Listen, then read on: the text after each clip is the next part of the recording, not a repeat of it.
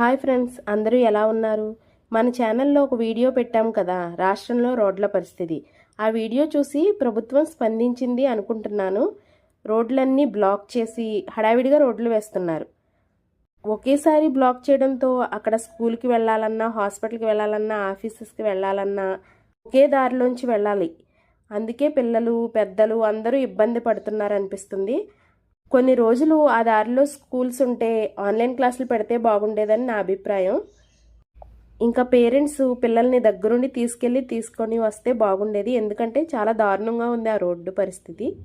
GHMC elections వస్తున్న గురించి వీళ్ళు నిద్రలేచి హడావిడిగా రోడ్లు వేస్తున్నారనుకుంటా. హాలిడేస్లో వేసి ఉంటే బాగుండేది. పిల్లలకు, పెద్దవాళ్ళకి అందరికీ ఇబ్బంది లేకుండా ఉండేది. అది ఫ్రెండ్స్, ఉంటాను మరి. ఇట్లు మీ గీత.